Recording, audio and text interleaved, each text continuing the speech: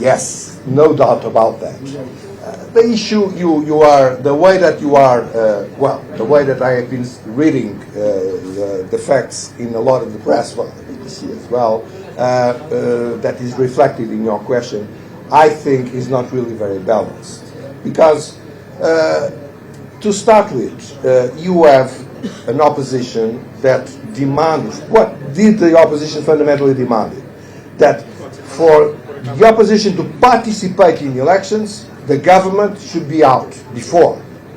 I mean, that's what it means. This caretaker government that only exists in a country which is Pakistan, and was invented in Pakistan in 1985, and was followed in Pakistan and in Bangladesh, might have resulted once or twice in a good way, but fundamentally is an anti-democratic system. And so you have an organization that says, well, either you do something that is absolutely against the Constitution, you disappear from the political map, and then we accept elections, or it's finished, or we have hartals, or we have, unfortunately, violence. Then you say, I read several declarations from the leaders. Oh, no, we were not the ones who sat for setting fires on the buses and so on and so on. But obviously, somebody is responsible. And, you know, I have seen the result of this.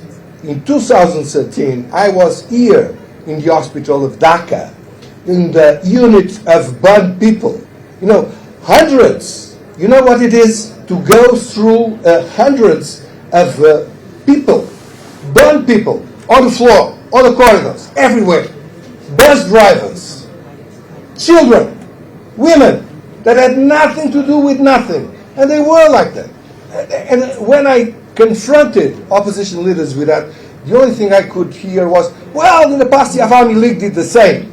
Which I don't know if it did or if it did not, but it's not an answer. It's not possible. We have to break this logic of violence. And the way to break it is to go to a table and to discuss. I mean, there are a lot of accusations on 2018. I was not here for the elections of 2018. I was in 2018 in Bangladesh, but not in the elections. I was not there.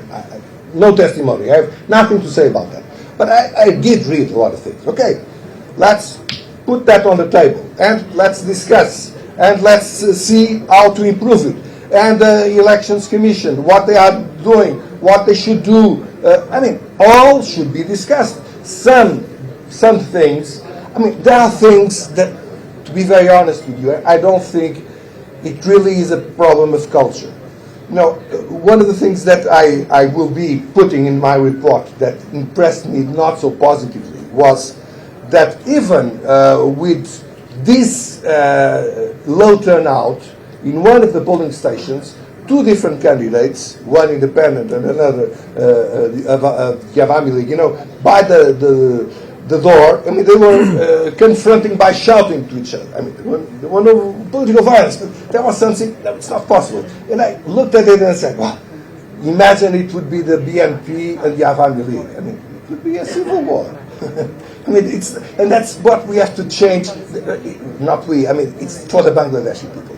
You have to change this. And without changing this, there will not be, you know, democracy, of course, is choice. Of course, is polarization to a certain extent. But cannot be a toxic polarization. People have to agree on some principles. If they don't do it, it's very difficult. And that's democracy is a choice, and where was the choice in the selection? The choice was taken out by the main opposition by not showing up. I mean, they were the ones who made the choice. That's very unfortunate, and that's exactly what I said in the beginning. That's the second point I said that I was very sorry for, and that's a negative point, of course. It spoiled the big fest of democracy that it would be otherwise. But what is the alternative? It's a coup d'etat, like it existed in 2007. I mean, we are not speaking about theory, that's not real things. In 2007 in this country, to impose a so-called caretaker government that was for 3 months, but then was there for 2 years, and actually had to be kicked out, otherwise they would have stayed forever. this is the good thing. Dictatorship and coup d'etat is the best alternative to a low turnout? I do not think so. And that's why I said yes to your question in the first place.